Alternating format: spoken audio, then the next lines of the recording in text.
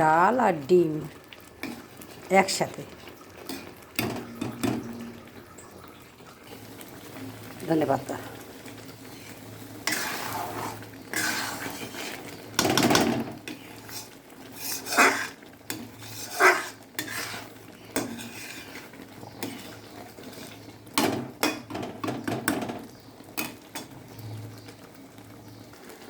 হয়ে গেছে।